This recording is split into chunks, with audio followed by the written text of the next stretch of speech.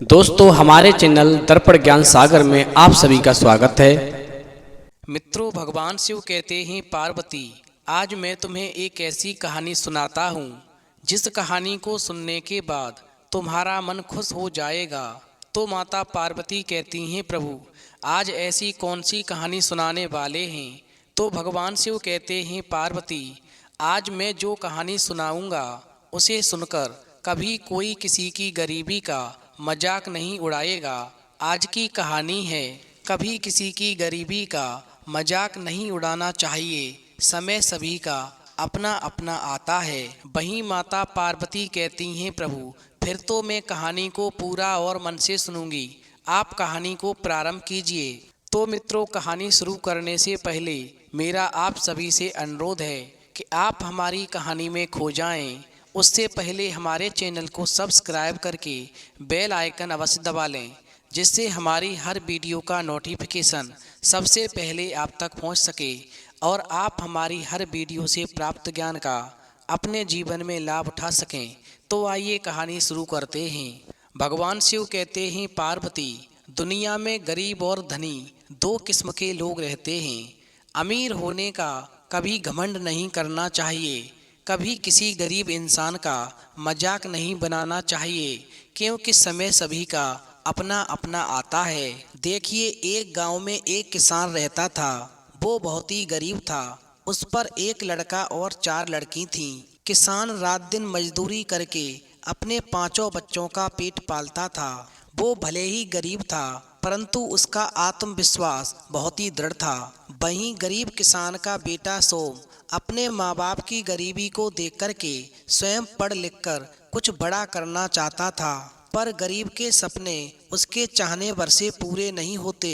गरीब के सपनों की कीमत भी बहुत बड़ी होती है, जिसे चुका पाने की ना तो उसकी सामर्थ्य थी और ना ही परिस्थितियाँ उसके अनुकूल थीं। वहीं छोटी उम्र में ही सोम के पिता यानी किसान का स्वर्गवास हो गया, और पिता का स्वर्गवास होने के बाद माँ और 4 बहनों की जिम्मेदारी अब सोम के कंधों पर आ गई। इन हालातों में उसके लिए अपनी पढ़ाई जारी रखकर हौसलों की उड़ान भरना संभव नहीं था। इसलिए उसने दृढ़ संकल्प होकर के अपने परिवार के पालन पोषण को ही अपना परम धर्म समझ कर के एक मजदूर का काम चुनना ही बेहतर समझ लिया, क्योंकि वो जानता था यदि मैं किसी नौकरी के चक्कर में रहूँगा और पढ़ाई करता रहूँगा तो माँ और बहनों की परवरिश के लिए पैसा कहाँ से लाऊंगा, और यदि मैं मजदूरी करूँगा तो इस काम से मैं अपने परिवार को 2 वक्त की रोटी भरपेट खिला सकूँगा। बस यही सुकून सोम को मजदूरी करने के लिए प्रेरित करने लगा। भगवान शिव कहते हैं, पार्वती वहीं मजदूरी करते करते कब सोम के जीवन का बसंत पतझड़ में बदल गया उसे पता ही ना चला। चूंकि 4 छोटी बहनों की शादी करते करते उसकी आधी उम्र ढल चुकी थी, पर उसे इस बात का कोई अफसोस नहीं था, क्योंकि उसने अपनी मेहनत और लगन से दिन रात एक करके उसने अपनी सभी बहनों को पढ़ा लिखा करके अफसर बना दिया और उन सबका विवाह भी संपन्न घरों में कर दिया। वहीं अपनी बहनों की कामयाबी और उनके खिलखिलाते चेहरे देख कर के उसे लगता जैसे उसने अपने सपनों की उड़ान भर ली हो। इस प्रकार कोई और लालसा अब सोम के जीवन में शेष नहीं रही। पर माँ का दिल तो माँ का ही होता है। अपने बेटे के इस त्याग पर माँ उस पर बलिहारी जाती और हमेशा उसे अपना घर बसाने की सलाह देती, पर सोम हमेशा बहनों की जिम्मेदारी की बात कहकर के बात को टाल जाता। चूँकि अब बहनें भी अपने अपने घर की हो गईं, अब उसे किस बात की फिक्र थी। वहीं मौका देख कर के एक बार सोम की माँ ने फिर अपने बेटे सोम से उसकी शादी के बारे में बात की। बेटा सोमू, बेटियां सब अपने घर बार में रच बस गई हैं, वो भी अब ज़्यादा यहाँ पर आ जा नहीं सकती। उनके जाने के बाद में हम दोनों ही रह गए। तू भी मजदूरी पर चला जाता है, मैं सारा दिन घर में अकेली रह जाती हूँ। मेरा शरीर भी अब जवाब देने लगा है। अकेले खुद की देखभाल करना अब मेरे बस की बात नहीं रही, और फिर मुझे कुछ हो गया तो तू बिल्कुल अकेला पड़ जाएगा। इसलिए बेटा मेरी बात मान और अपना घर बसा ले। यदि तू शादी कर लेगा और घर में बहू आ जाएगी तो मुझे भी घर में किसी का सहारा हो जाएगा, क्योंकि बेटियों के जाने से हमारा आंगन सूना हो गया है। घर की रौनक चली गई, वो एक बार फिर लौट आएगी। वहीं बहू के आने के बाद में ये घर फिर से हरा भरा हो जाएगा।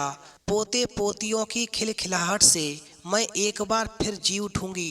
वहीं जब माँ ने सोम को समझाते हुए इतनी बात कही तो सोम ने कहा, ठीक है माँ, जैसा तुम्हें सही लगे तुम कर सकती हो। भगवान शिव कहते हैं, पार्वती बस फिर क्या था, माँ ने जल्द ही एक गुनी लड़की सोना से सोमू की शादी की बात चला दी और शादी भी तय हो गई। हालांकि लड़की ज़्यादा पढ़ी लिखी नहीं थी पर मेहनती बहुत थी। वहीं सोम की शादी तय होने के बाद में चारों बहनों को भाई की शादी का निमंत्रण देने के लिए माँ उनके घर पर गई, परंतु चारों बहनों ने टकासा जवाब देकर के माँ को लौटा दिया, क्योंकि बहनों का मानना था कि मेरा भाई एक मजदूर है और एक मजदूर की शादी में जाकर के वो अपना रुतबा कैसे कम कर सकती हैं। समाज में उनके पतियों का अच्छा नाम है, उनकी प्रतिष्ठा है, अपनी पहचान है। इस शादी में जाने से समाज में उनकी हंसी उड़ेगी, इसलिए चारों बहनों ने अपने गरीब भाई की शादी में जाने से किनारा कर लिया। वहीं बेटियों के इस व्यवहार से माँ बहुत ही आहत थी, क्योंकि जिन बहनों के लिए मेरे बेटे ने अपनी जिंदगी और अपने सपने बिना सोचे समझे कुर्बान कर दिए, उन्हें आज अपने भाई की शादी में शामिल होने में भी शर्म आ रही है। आखिरकार मेरी बेटियों की कितनी ओछी सोच है। इन लोगों को एक बार भी अपने भाई के त्याग का एहसास नहीं, बस अपनी झूठी शानो शौकत की परवाह है, जो कि मेरे सोम बेटे की बदौलत है। वह अगर इनके लिए कड़ी मेहनत करके अपने सपने पूरे नहीं करता तो क्या आज ये इस तरह की बातें कर पाती। गलती मेरे बेटे सोम की ही है, जो उसने अपनी इन स्वार्थी बहनों के लिए अपना जीवन झोंक दिया और फिर ऐसा सोचते हुए वो गरीब माँ कब अपने घर पर पहुँच गई उसे पता नहीं चला। वहीं माँ को इस तरह उदास देख कर के सोम चिंतित हुआ और कहने लगा, माँ तुम्हारी तबीयत तो ठीक है या किसी ने तुमसे कुछ कहा है। भगवान शिव कहते हैं, पार्वती वहीं सोम की बात को सुनकर के माँ को सच बताने की हिम्मत नहीं थी, इसलिए सोम को कुछ नहीं बताया और कहने लगी, नहीं बेटा, बस थोड़ी उम्र हो गई है इसीलिए थक गई हूँ, जल्दी ठीक हो जाऊंगी। वहीं समय धीरे धीरे गुजरता गया। जल्द ही शादी का दिन भी आ गया और सोम की शादी भी हो गई। वहीं शादी में सब बहनों के बारे में पूछते रहे, पर माँ हर बार कोई ना कोई बहाना बनाकर टालती रही। पर सोमू को बार बार अपनी बहनों की याद आ रही थी। इस खुशी के मौके पर माँ ने तो चुप रहना ही समझा। धीरे धीरे समय बीतता गया और सोम की पत्नी गर्भवती हुई और फिर जल्द ही एक स्वस्थ बेटे को जन्म दिया। वहीं घर में तो जैसे खुशियों की बहार आ गई थी, पर भतीजे के जन्म के समय भी उसकी बुआओं की गैर मौजूदगी सबको अखर रही थी। समय को तो जैसे पंख लग गए थे, देखते देखते कब 5 साल बीत गए पता ही ना चला। सोमू अपने परिवार के साथ में सुखद और संतोषी जीवन व्यतीत कर रहा था, पर उसकी इस खुशी को शायद किसी की बुरी नज़र लग गई और फिर एक दिन अचानक सोम का बेटा कुआं में गिर गया और लोहू लुहान हो गया। वहीं आनन फानन में सोम की पत्नी उसे लेकर के वैद्य के पास पहुंची और वैद्य से जल्द इलाज शुरू करने की गुहार लगाई। साहब देखिए ना, मेरे बेटे को क्या हो गया है, कितना खून बह रहा है, आप जल्द से जल्द इसका इलाज शुरू कर दीजिए। वहीं वैद्य ने कहा, आप 20,000 रुपये की व्यवस्था कीजिए, हम इलाज शुरू कर देंगे, पैसे जमा करवा दीजिए जब तक हम तैयारी करते हैं। भगवान शिव कहते हैं, पार्वती सोम की पत्नी और वैद्य के बीच में इतना वार्तालाप हो ही रहा था कि तब तक सोम भी पहुंच जाता है वहीं सोम जब वैद्य की फीस के बारे में पूछता है तो सकते में आ जाता है कि 20,000 रुपये, इतनी बड़ी रकम मैं कहाँ से लाऊंगा। वहीं सोम चिंतित हो जाता है और उधर सोम की पत्नी बिलखते हुए कहती है, प्रीतम मुझे कुछ नहीं पता, आप कैसे भी पैसों का इंतजाम कीजिए और मेरे बेटे को बचा लीजिए। मैंने जीवन में आपसे कभी कुछ भी नहीं मांगा है, पर आज मैं अपने बच्चे की जिंदगी मांगती हूँ। वहीं सोम भी किसी भी कीमत पर अपने बेटे को बचाना चाहता था, पर वास्तविकता से अनजान नहीं था वो।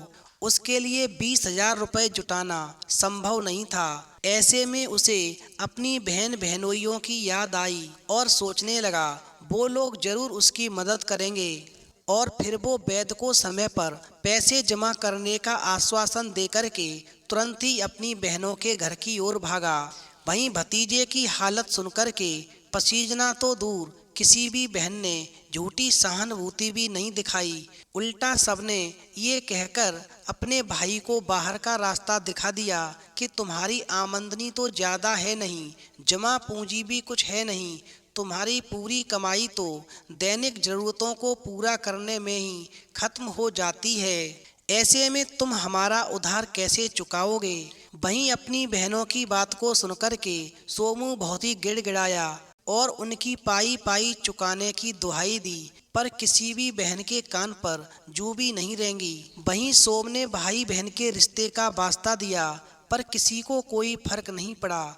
एक बहन ने तो दो टू कह दिया कि गरीब का कोई रिश्ता नहीं होता, अगर उसके पास कुछ होता है तो वो है सिर्फ उसकी लाचारी। वहीं बहनों की बातों से आहत होकर के सोम ने कारखाने मालिक से उधार लेने की सोची, वहाँ भी निराशा ही हाथ लगी। भगवान शिव कहते हैं, पार्वती इस प्रकार पैसों का इंतजाम करने के लिए भटकते भटकते पूरा दिन बीत गया, पर सोम के हाथ रीते ही रहे। वहीं निराश होकर के सोम वैद्य से ही अपने बच्चों की जान बचाने की भीख मांगता रहा, पर वैद्य ने भी साफ मना कर दिया। ये सब निरर्थक और बेअसर रहा। इस प्रकार सोम की लाचारी देखने वाला कोई नहीं था। समय पर इलाज न होने के कारण वो अपने बेटे को बचा नहीं सका। आज उसे अपनी बहनों की बातें सूल की तरह चुभ रही थीं। अपनी संतान को न बचा पाने का अपराध भाव उसे अंदर ही अंदर कचोट रहा था। आज उसने खुद को जितना लाचार महसूस किया, उतना तो अपने सपने बिखरते देखकर भी नहीं किया था।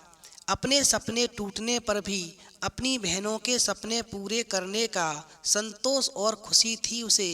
पर शायद आज उसे समझ में आ गया कि गरीब का सच में किसी से कोई रिश्ता नहीं होता, उसका नाता तो सिर्फ लाचारी से ही होता है और आजीवन वही उसके साथ रहती है।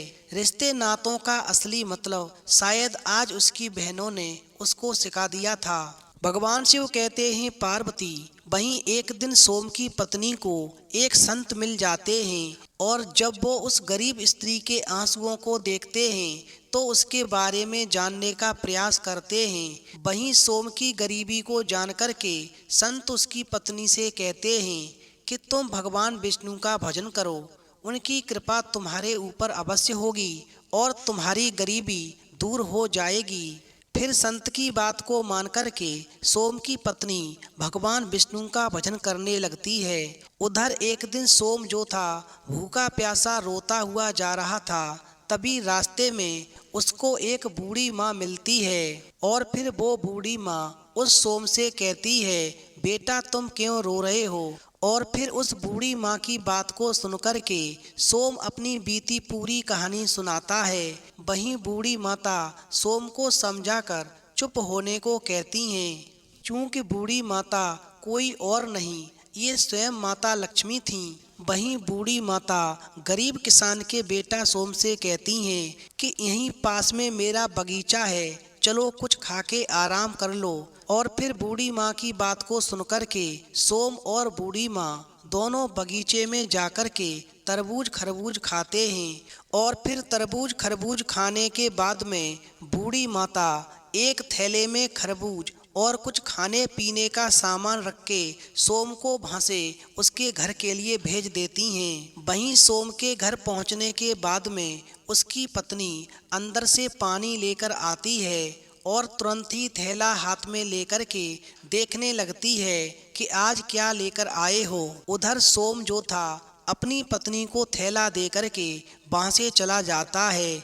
वहीं उसकी पत्नी जैसे ही खरबूज को खाने के लिए काटती है तो उसमें बीज की जगह हीरे मोती चमक रहे होते हैं।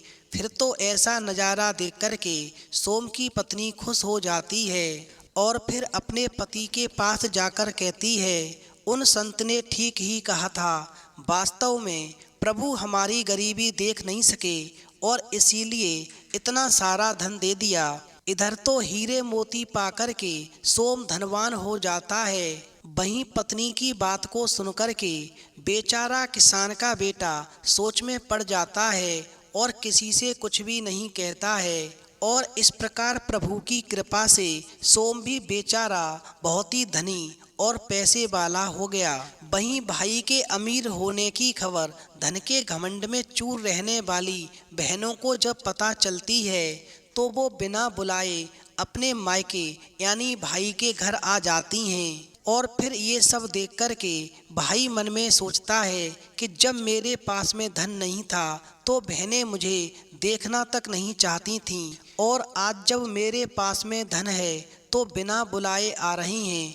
फिर भी सोम और उसकी पत्नी उनका आदर सत्कार करते हैं। और फिर कुछ दिनों के बाद में बहनों का ससुराल से बुलावा आता है तो भाई और भाभी अच्छे कपड़े, मिठाई और कुछ उपहार देकर के उनको विदा करते हैं। और फिर इतना सब देख कर के उन चारों बहनों की आंखों में आंसू आ जाते हैं।